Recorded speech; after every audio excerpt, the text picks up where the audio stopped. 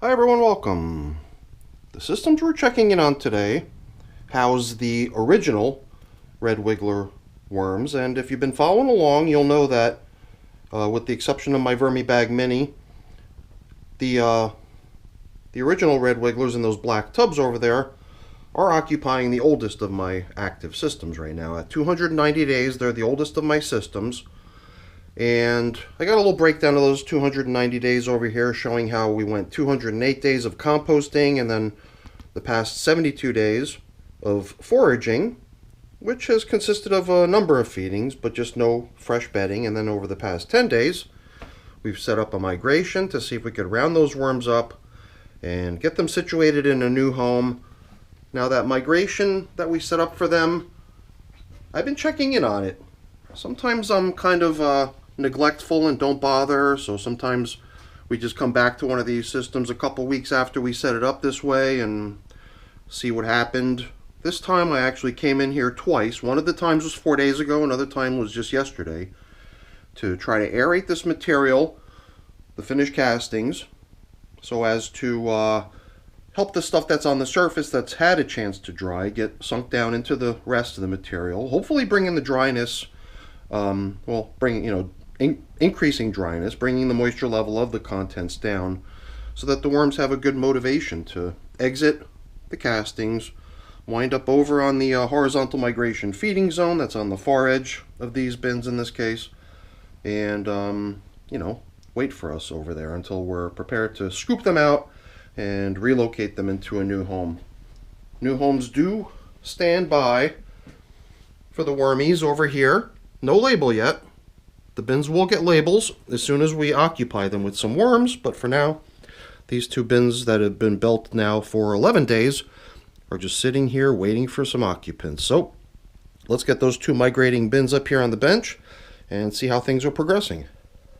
So here within these bins, my aim is to first haul the worms out, pull out the contents of these horizontal migration feeding zones nearest me, leaving the finished castings, but I know that these finished castings are not yet going to be depopulated. So what I'm going to do is I'm going to consolidate all this material into a single bin and deploy my fancy bait box to try to round up stragglers that didn't get the memo and have not gathered over in the feeding zones. So there's always going to be those few that just don't get it.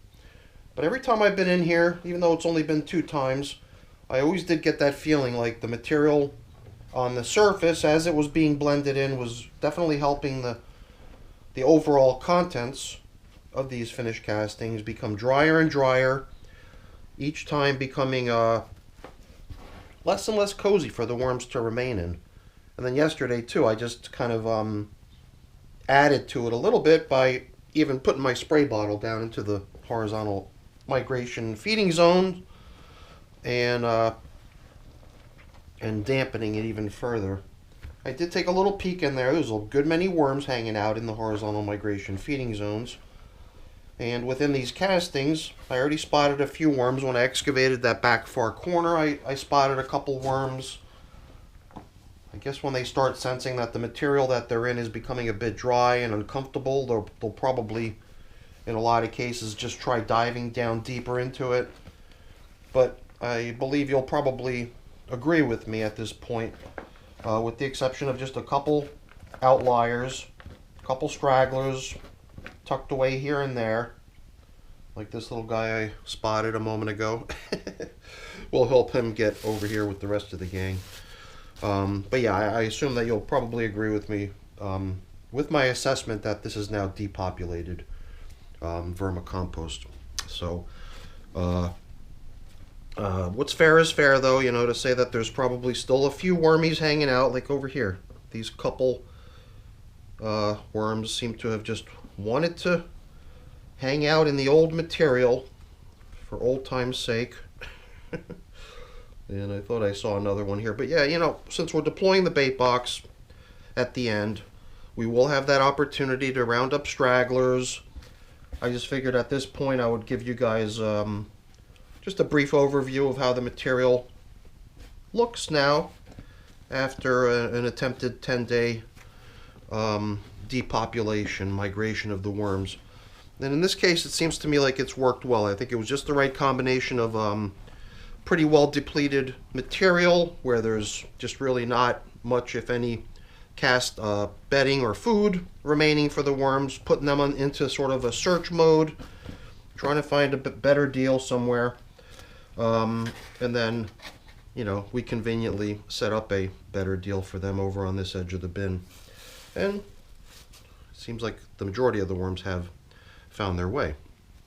So let's just get this haul out of the worms taken care of. I'm assuming I'm going to be able to fit everything into this box here. I hope I can. So let's see how that goes. All right, we tried to use materials in this case, bedding materials in this case, that placed large single objects up against the partition wall, such as these large yellow napkins you see here, this large coffee filter, some other large napkin-y type pieces of paper. Over here on the far end, we did use some of our shredded stuff, but the whole idea behind that was that if you know, if our little partition wall doesn't do a very good job, it'll let all kinds of little bits of shrapnel through, you know, just contaminating our lovely castings unnecessarily. So why not just protect them from getting contaminated that way with junk? So we just sort of strategically built the feeding zone for them in a way that protects the finished casting. So let's get this haul out underway. I'm trying to think of how to do this, but it does seem like the way I did it with these large chunks of material, they're just really holding together almost like a solid mass.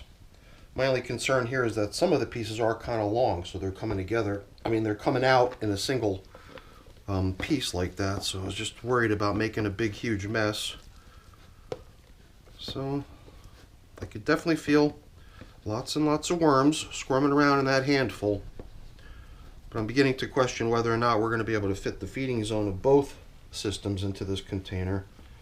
It already feels to me like we're creeping up on this container's capacity. Well, we got a few things in here that are taking a ride with the worms. At some point we must have fed them some pumpkin, including the stem.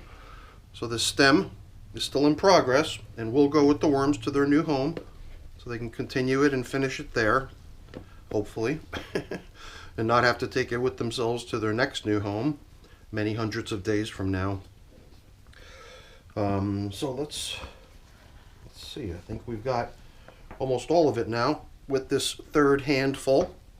That all came out quite nicely. Yeah, you know.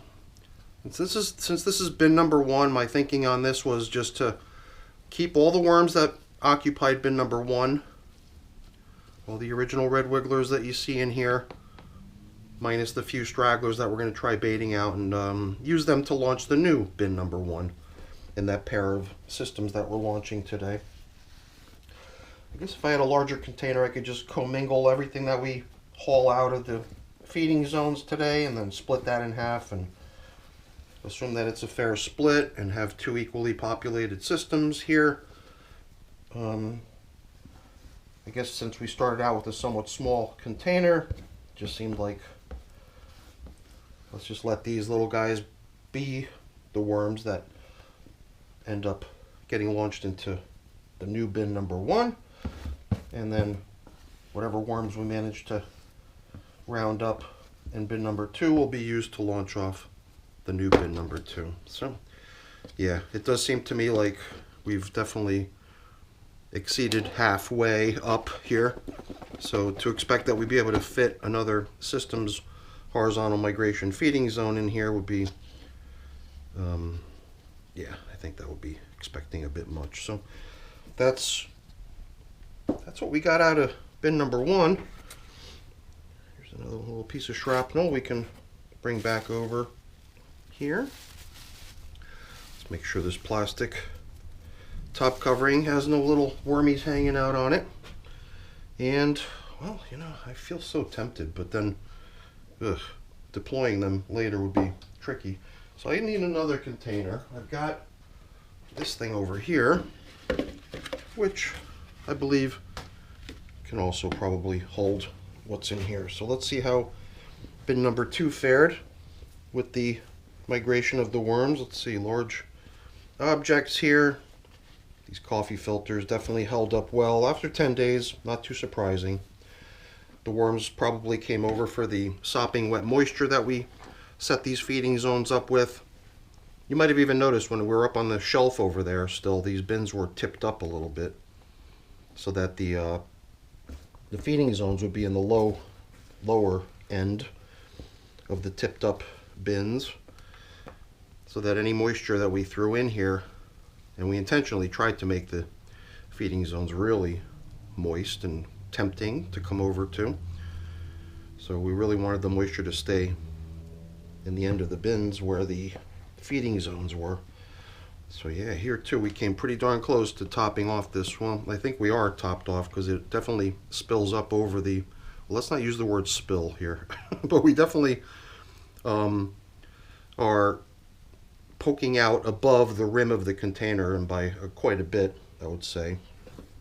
So we're definitely beyond what we would consider to be the capacity of this little plastic container. Hopefully it'll hold up long enough for us to launch off our new systems, but let's make sure we've not left any of these little guys behind. Yeah, wow.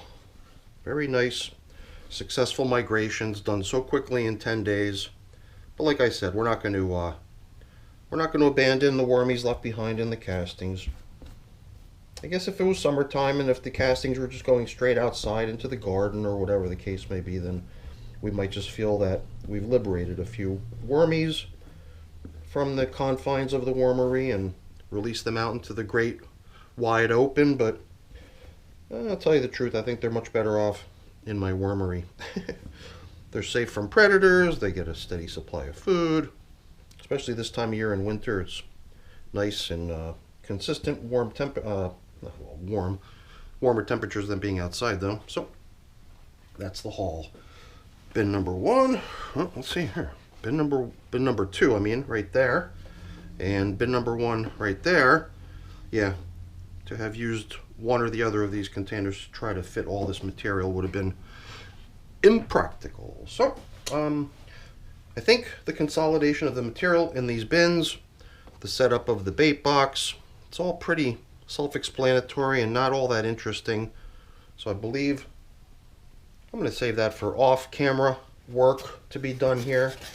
And at some point in the future, we will revisit these systems to see how those bait boxes are doing in terms of helping the stragglers assemble to get hauled out. But for now, I think it's time to bring out the new ones, the newly built ones that have been waiting around for occupants for the past 11 days, and get our little wormies released into their new home.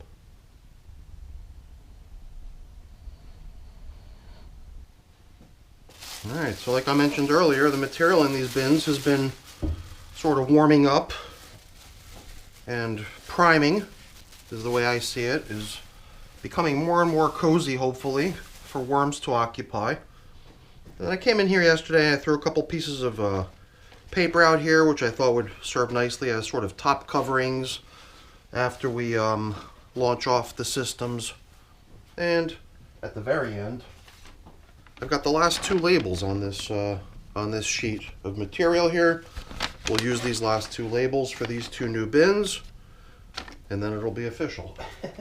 Oh, but I almost forgot. I've got some food that I wanted to drop into these 2 systems. I've got a couple days worth of coffee, one banana's peel that I hacked up into little pieces so it could be shared, and I got a package of uneaten blueberries here. So just really quick, following our typical feeding pattern, I'm just going to drop about half of these blueberries into each system's newly designated feeding zone.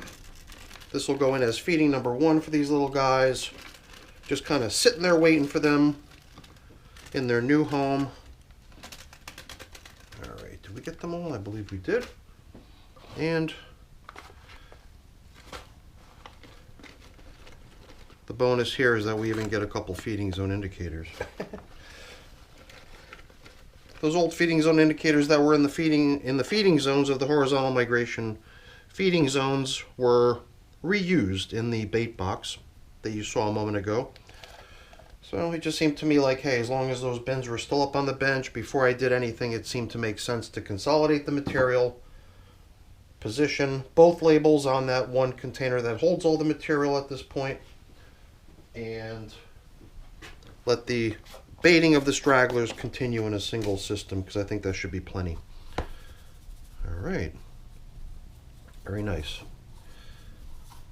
The material that I built these systems out of was pretty damp, and I even wondered if I should put some dry bedding in here to help soak up some of what appears to be excess moisture.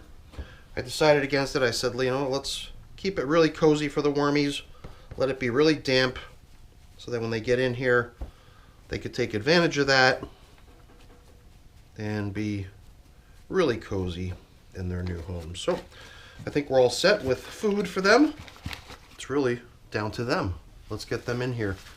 If you'll remember, the circular container holds the worms that came out of bin number 2, so they'll go into the new bin number 2, and likewise the square container holds the worms that came out of bin number 1.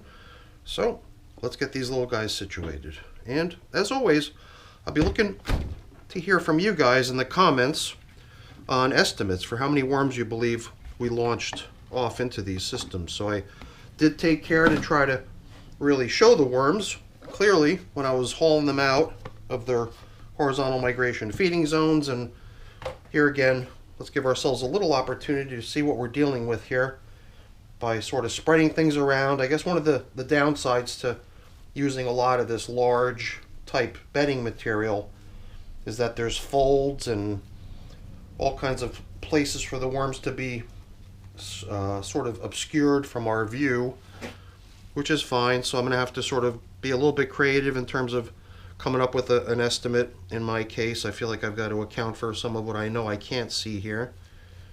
So let's let these little guys get situated in their new home, and then we can get them covered up and back up on the shelf and let them get started in their new homes.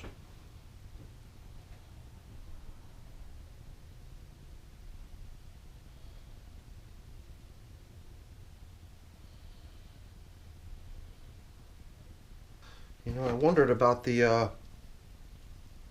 pumpkin stems that came over with the worms from their old home. Clearly a popular enough item that it's loaded with worms. So I don't want to disrupt what the worms are doing here, but I was just kind of curious, because in the past, for me, the pumpkin stems have always been something I've, for the most part, allowed nature to run its course on their breakdown, so I wouldn't normally do much to help with the breakdown process, but I'm trying to turn a new leaf on letting things persist forever in my systems. So I was just curious to see if I'd be able to chip off a piece of this stem, and I was able to. So that's a good indicator of, hopefully, the breakdown of that object in the near future. Well, we might as well do a similar check on this stem as long as we're in this curious mode. It did feel like I had to use quite a bit of force to bust off that chunk on the other one, so here too I just sort of turned up the pressure a little bit and that piece chipped right off pretty easily. Didn't even require all that much force now that I come to think of it. Oh, look at this here too, another slow composting item, the half of a shell or husk or whatever from a mango seed. So very interesting. Always fun to see how some of these old slow composting materials progress. So I really look forward to hearing what everyone thinks. I've definitely got some numbers in my mind in terms of how many worms I think we've just deployed into these bins.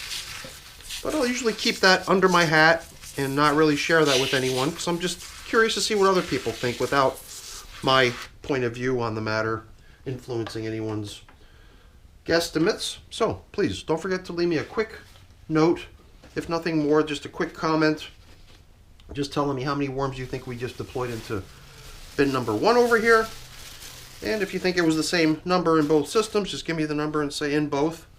But if you think that bin number 2 over here, by chance, has a greater number of worms living in it, then just give me the number individually for each. But be sure to specify which system you're talking about so I know where to enter the data. So it's always interesting to see what people think in terms of how many worms were launched into a system. And that almost makes it official. We've only got one more thing to do. All right, let's get that done and we're almost finished. All right, everyone, I invite you to join me in welcoming the 2 newest systems down here in my wormery, making use of the last 2 stickers on this sheet of labels. And the only thing remaining left to do is for me to get these little guys up on the shelf in their appropriate location, take care of getting some stuff cleaned up and put away. But I'm not going to waste your time with that. That's boring. Before I go really quick, let me just say thank you. Thank you so much for watching. Hopefully you enjoyed the video. If you did, as always, please don't forget to leave me a quick thumbs up before you go. That's always really appreciated. And if you haven't done so already, please also consider subscribing to the channel. That's very much appreciated as well. And don't forget to leave a comment. How many worms did we just launch into these systems? I really look forward to hearing everyone's comments. All right, everyone, have a great day. Thanks for watching. Bye now.